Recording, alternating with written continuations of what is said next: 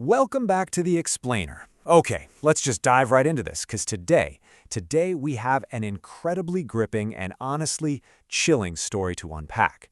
We are looking at a case where the absolute worst of human depravity literally collides head-on with the terrifying tale of supernatural vengeance. We're going to break down the timeline, the victims, the perpetrators, and the shocking systemic corruption at the heart of the whole shebang. So strap in, because this one will absolutely keep you on the edge of your seat. Now, this quote from a local news anchor perfectly sets the stage for us. At the very center of this narrative is a massive, horrifying injustice. We're talking about an innocent life systematically destroyed and hidden away in the dark just to protect powerful people. The truth was meant to stay buried forever. But as you'll see, some secrets simply refuse to stay dead. Part 1. The Asylum's Dark Secret. So picture this. Inside the oppressive, decaying walls of a remote mental asylum, we find 25-year-old Mona Lisa. Now officially, the narrative claims she suffers from severe schizophrenia and final-stage hallucinations. They labeled her a danger to society, but the hidden reality? It's terrifying. She was perfectly sane. Her placement in room 313 wasn't for treatment at all. It was actually a calculated, systemic cover-up of a heinous crime. She was locked away in the suffocating room, basically to be silenced because of what she knew and what had been done to her. Part 2. The Lethal Shock Treatment. Inside the hushed clinical treatment room, the mechanical cruelty begins, and it's at the hands of the cold, calculating Dr. Sharma and his assistant, Nurse Sunita. Let's break down this horrifying procedure. Step 1. Mona Lisa is bound to a heavy iron bed with thick leather straps, pulled so tightly they literally cut into her skin. Step 2. Nurse Sunita, who's hesitant but still compliant, applies wet metal electrodes directly to the patient's forehead.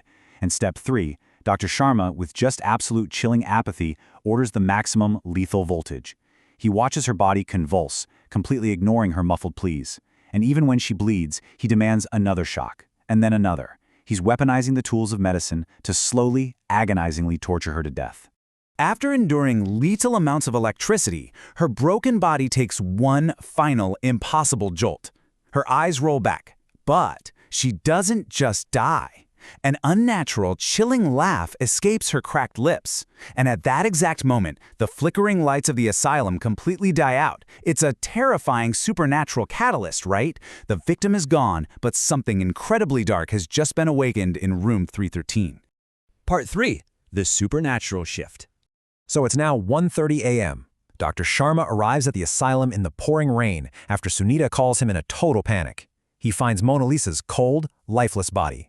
Now, does he show remorse? Absolutely not. He immediately barks an order. Actually, scratch that. It's more like a cold, calculated instruction. Smash her head against the wall. Make it look like she did it herself. This exposes his completely cold-blooded nature. He wants to frame her death as a manic episode of self-harm. The cover-up is officially in motion, and he leaves, fully believing he's just gotten away with murder. But let's walk through this minute by minute, because the situation unravels fast. At 1:30 a.m., the doctor orders the cover-up. By 2 a.m., the two ward boys, left alone with the body, attempt a vile, depraved assault on Mona Lisa's corpse. When Nurse Sunita tries to intervene, they actually knock her unconscious. But then, at 2:15 a.m., the unthinkable happens. The corpse simply vanishes from the bed.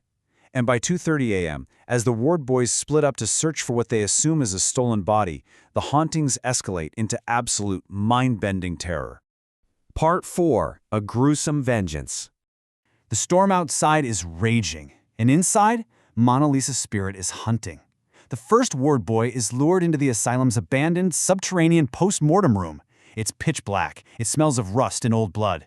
With his flashlight flickering, he thinks he's found his friend playing a prank under a white sheet on a rusted autopsy table. But when he pulls that sheet back, he makes a horrific discovery. He isn't looking at Mona Lisa. He is looking at his friend, or rather, the top half of his friend. The corpse has been violently bisected, and the floor is soaked in a massive pool of blood. It's a scene of unimaginable brutality. In a total panic, the surviving ward boy flees to the office and locks himself in the dark. In his terrified delirium, he smells something strange. Seeking relief, he grabs what he thinks is a bottle of water and pours it over his head to cool down. But in the pitch dark, he's made a fatal error. It's actually a highly flammable chemical solvent from the storage room. As he bursts out of the room to escape the approaching ghost of Mona Lisa, he crashes right into Dr. Sharma's accomplice in the hallway, who happens to be smoking a cigarette. In an instant, the ward boy meets a panicked, fiery demise. Now, the climax of this entire night of terror centers on the mastermind himself, Dr. Sharma. Having returned to the asylum to ensure the cover-up is finished, he follows the ringing of a cell phone into a dark bathroom. But he doesn't find answers. As he turns around, he comes face to face with the grinning, ghostly apparition of Mona Lisa herself. The sheer terror of this supernatural encounter is just too much for his heart to take. In a deeply ironic twist, the man of science is killed by a supernatural fright, collapsing on the spot from a massive heart attack. Part 5. The Shocking Truth. Morning arrives, and a news broadcast finally unpacks the complete, tragic conspiracy for us. It reveals the human monsters behind the supernatural ones. This was a massive, corrupt network, you guys. Mona Lisa wasn't insane. She was the victim of a brutal assault by 4 powerful men. And when she went to court for justice, those 4 perpetrators used their wealth to buy out defense lawyers, manipulate a complicit judge, and bribe a psychiatrist, none other than Dr. Sharma. They systematically conspired to label a sane, traumatized rape victim as mentally ill, sending her to the asylum to rot, literally, just to keep themselves out of prison. 4. That is the magic number here. The news report reveals that the 4 original perpetrators actually went to the asylum that night to ensure Mona Lisa was dead. But justice finally caught up with them. The police arrested all 4 men right on the premises. And the most damning part? The authorities found horrifying video evidence of their original crime still saved on their mobile phones.